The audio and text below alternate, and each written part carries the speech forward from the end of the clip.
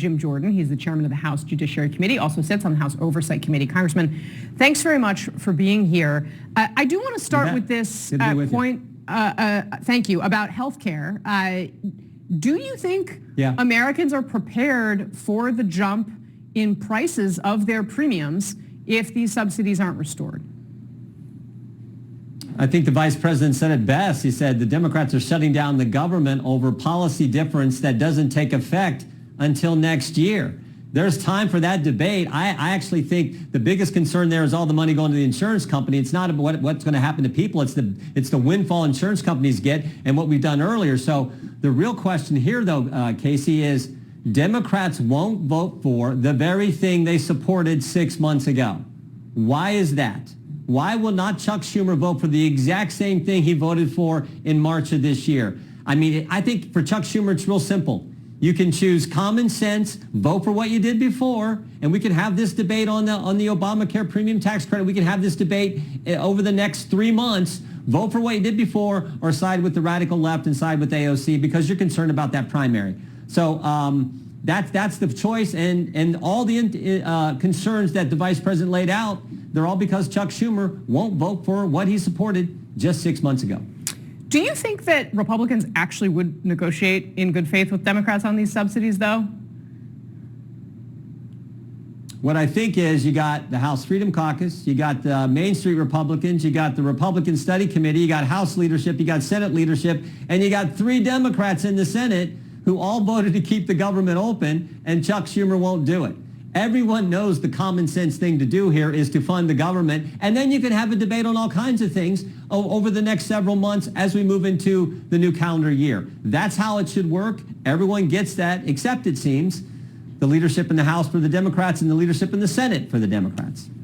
To this point, Congressman, and while we introduce you with your current committee titles, you, of course, played a key role in the House Freedom Caucus during a number of shutdown fights past.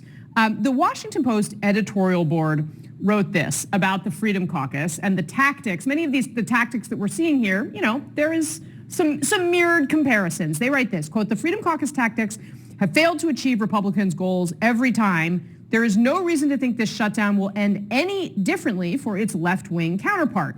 The most likely outcome is that Democrats will come to regret having just walked into a trap." Go ahead. Well, I would just say this. In the past, when Republicans have been involved in fighting for a policy position around the end of the fiscal year, when we were in those positions, our policy position was at least what the election was about. There is no way Democrats can say 11 months ago, we just had a national election. President Trump won in a big way. There is no way they can say, oh, Obamacare premium tax credits and health care for non-citizens, those were the central issues. They weren't even on the scoreboard. They weren't even an issue at all. The issue was securing the border. That was the central issue of the last campaign. So their position is contrary to common sense, and it's over a policy difference that wasn't even part of the debate, wasn't even part of the election just 11 months ago. When at least when we had this shutdown situation, we were fighting to repeal Obamacare, which was the central issue in those campaigns in 10 and 12. And then, of course, back in 19, it was over border security, which was also a central issue in the previous election. How do you think it worked out for you, though, as Republicans? Do you feel like you took the blame and that ultimately it was a bad idea to do that politically? Well, what I know has worked out for us is the issue that was front and center then, 2019 border security, was the issue that was front and center in this last campaign. President Trump won largely because of that issue, and the border is now secure. So I do know that policy issue worked out, at least it took a while, but worked out in the direction we thought it should, where we now have a secure border, which we didn't have, obviously, under President Biden. Can I ask you, President Trump has, and the Trump administration, and we heard from the vice president today, J.D. Vance, have talked about mass layoffs in the federal government. There are obviously thousands of federal employees that are not just based here in the D.C. area. There are thousands of them in Ohio, where you're from, in states across the country. Do you think it is wise policy for the Trump administration to permanently lay off thousands of federal workers if this shutdown continues? Well, I would just start from, when you have a $37 trillion debt and the Democrats refuse to fund the government, what are you supposed to do?